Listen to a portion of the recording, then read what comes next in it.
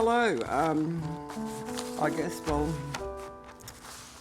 my name's Rusty. I'm a trans woman. I've lived a very long time. The luck of the gods, so they say. But the time that I come from, because remember, I'm a 1961 model. You can turn me upside down and I'll still say the same, 1961. So things were a hell of a lot more different compared to what's happening within the last 20 to 30 years. But a bit about myself was that I grew up in a little old town called Kew. It's no longer on the map anymore. It's just a little one-horse town that had more kids, dogs and one goat than there was adults. So Tippy was the dog and Funny Face was the goat. And every time anyone came to town and they wanted to know where all us kids were, they used to say, oh, we'll look for the goat.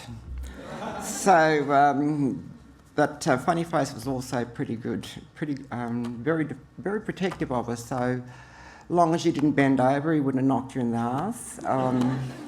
Long as none of the family members bent over in front of him, especially when you're doing the washing, pulling up, you would never got hit in the arse. But that was just one of the many things that we had to, I guess, there was nothing there for us. No television, no radios, so we just learned to play together, fight together and get up to mischiefs together.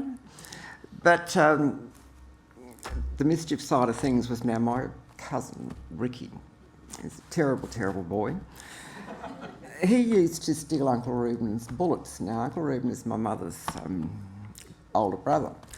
Now, if you'd have known about those days about bullets and that in the houses and that, we all grew up around guns and that, so we all knew that these things, you know, with the 303 you can take half your gut out, had a small hole over here and a big back hole. So he used to knock off his father's bullets and then we'd go to a place that was called Nigger's Dam in those days and we'd light the fire and we'd play cowboys and Indians and all of a sudden he'd either throw the 303s or the 22s in the fires. We needed to have sound effects. There was nothing out there, remember? So you had all these bullets flying around and people arguing about, you know, who was supposed to be dead. I shot you, the bullets still flying around, and none of us was ever killed. Mind you, when they found out where the bullets went, we did get it. We copped it and we all copped it all together, so there was no blaming about, you know, who did this and who did that wrong. So the old days was, you know, one of you's got into trouble, we all got it. So, but that was the way that we were brought up with my family. My old mother sort of like broke the mould. She had 6 sons and I was one of them. But I deep downly believe that my old girl was thinking about having another girl. Somewhere the hormones or whatever didn't gather up and collect, and she got stuck with me. So the old girl never complained. Now, back in the 70s, trying to buy clothes for somebody that was skinny as me back in the 70s was... Mum used to buy it from the girls section because I couldn't fit normal men's jeans, if you can call men normal. And... And she just got that way where, you know, she'd buy the jeans, she'd buy the tops, you know, and there I am prancing around. Then I'd dye her hair and she'd dye my hair. So we were pretty close, the old girl and that. But it took her a long time to get through the head that your wish had came through, old girl. You didn't get yourself a boy, you got yourself somebody better. And that was me. Now, there was no such things as trans. Back in those days, you either was a homosexual, you was a transvestite, or you was a lesbian. And that was the labellings that society gave us at times. But within my own peoples, I was always the girly one, the dainty one, or the funny one. So I prefer those labels than what I would have gotten from other people, and that would have been the homosexual or transvestite. But that was them, so, but growing up over there, like I said, West Aussie was totally different. There was no such thing as a gay scene. There was no such thing as a lesbian scene. Connections was the only nightclub. But I was young enough to know, I was blessed enough to start knocking around with party girls. So I got into a little bit of ship moulling when I was young. And I also did a few ocean cruises. But you could always do those things back then. Living back there where I was in the northwest, it was mainly heavy mining, mines here, mines there, everything else to do with the mines. So somebody like me didn't really fit in. I didn't fit in. I dabbled when it came to sex. I enjoyed the company of men and women. And many years later on, somebody once asked me, do you identify as bisexual? I said, no, I'm greedy. There's no labelling on that. There's no labelling on that. I think that's one of the sins in the Bible about gluttony. So I was a glutton. But then I think the best thing that ever happened to me in my whole entire life, and that was coming to Sydney back in the 80s when the old girl was known as the cesspool of the South Pacific. Now, wasn't that an interesting name for me to come in and wallow? Wallow in the cesspool of the South Pacific. Coming here in the 80s was the fun and the games and the cross, the sex working and all that, everything else that goes with it when you are young. Towards my mid-20s, I thought, well, might try something else, and it was something that I've never tried before, and that was working. 9 to 5, and not the 5 to 9er. Get that straight. So this is a day job now, and in those days, because getting a job was okay.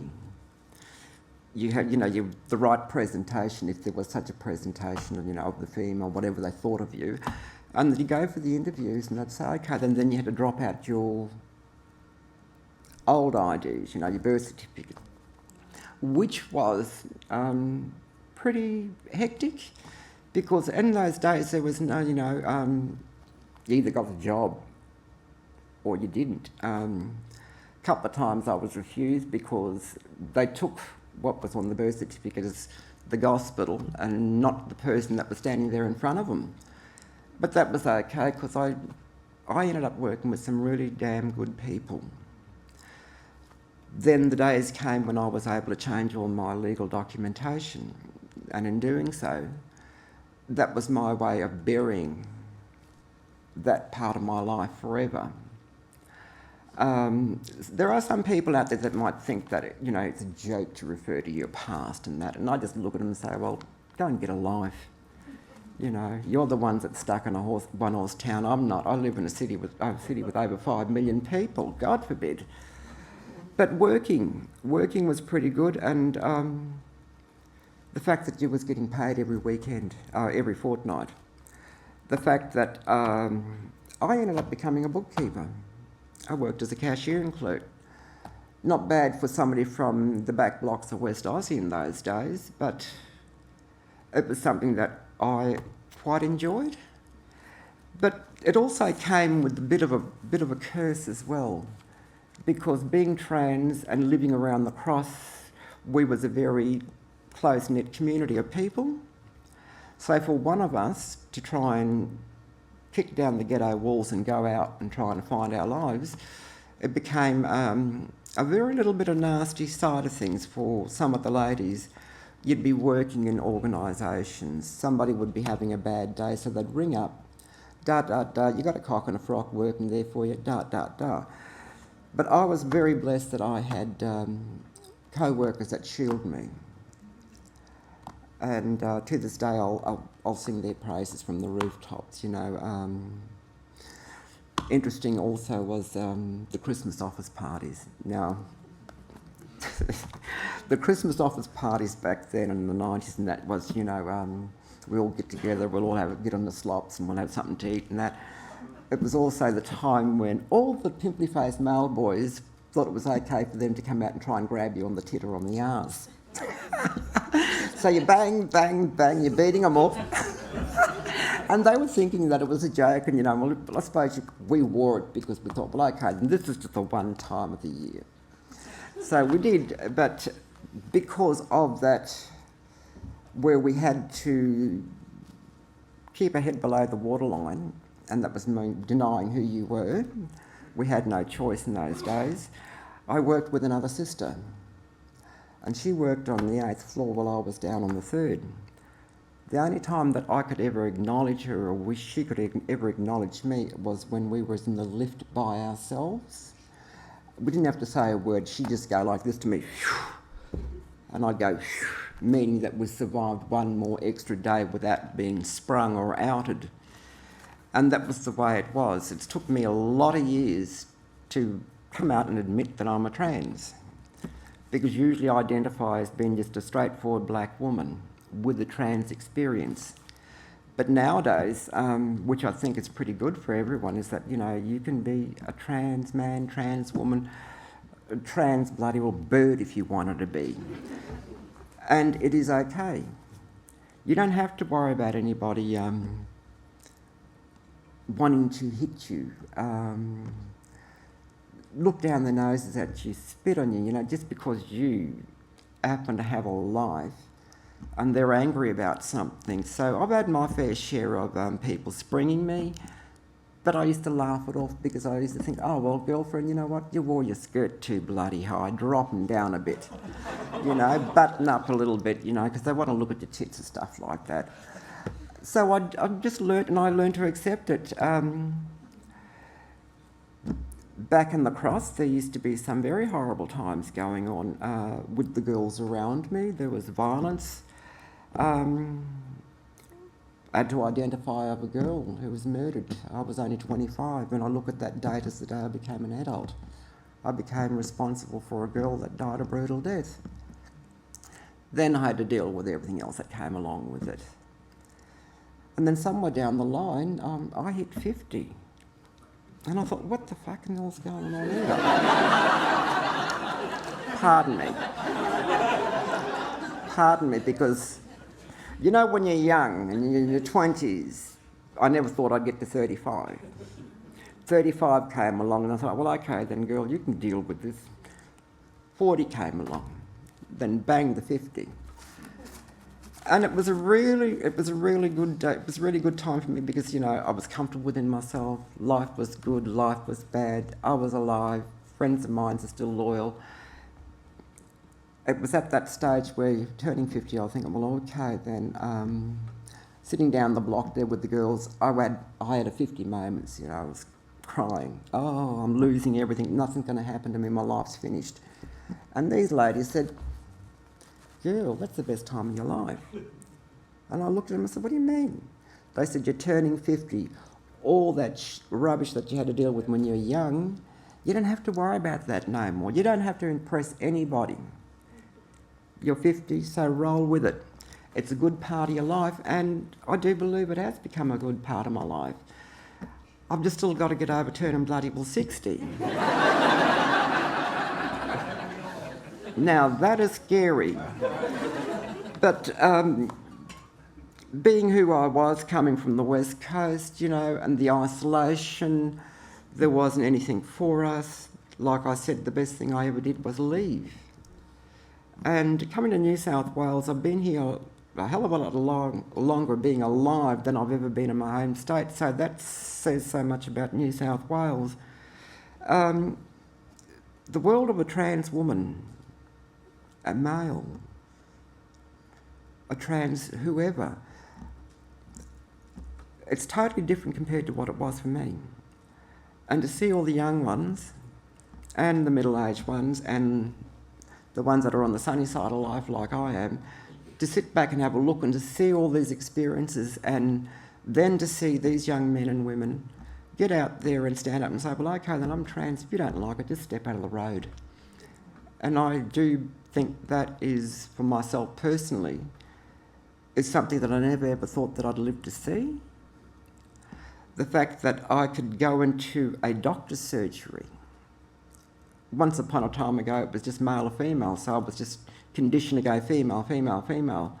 I went to the trans clinic up here at in the Acon building 414, all the lists of designations. And for the very first time in my life, I ticked trans woman. And I thought, oh, that's a bit game for you. You're getting a little bit bold, because for the very first time in my whole entire life, I actually ticked the trans. And so, I thought, oh, okay, that felt really good for me, It's the conditioning, and that will always stay with me. But the fact that I can just go along and tick the trans anytime I choose to, what more can you do? I think the world is, whether society, be they black, white or brindle, they need to cherish their trans diverse children, because once upon a time ago they just threw them out in the street like they were rubbish, without realising that this person that you've thrown out, this is somebody a part of your own body, and that's somebody that you love. You sit back and you talk with the individual, you will find that this person has got a hell of a lot to contribute. And just because they choose to be different doesn't mean to say that, they're evil. There's other people out there that have done worse things than what a trans man or woman can ever do. And, just being honest with yourself about being who you are and going out there and holding your head up high, it's empowering for you. So I'm really stuck for words. Help. Get me off here. But the fact that you guys can actually go out and do what you wish to do, that still gets me thinking, because remember, from that period of time to when, you can go out and you can live your life the way you want to, you're protected by the laws and that, compared to what we had to endure. It's amazing, and it'll always be amazing. I will never stop being amazed till the day I drop dead, because, trans people are people. Very, how would you say it? Very forward-thinking people. Giving them the chance, you might be surprised, they will do things that you may never ever think that you could possibly do. It's their brains that's important to me. Their bodies is their own business. You leave it alone for them to deal with. Good heart, good soul, and most importantly, never walk away from your people or your communities. Even though you'll have those that want to chuck stones at you, that's okay. I've had that thrown at me.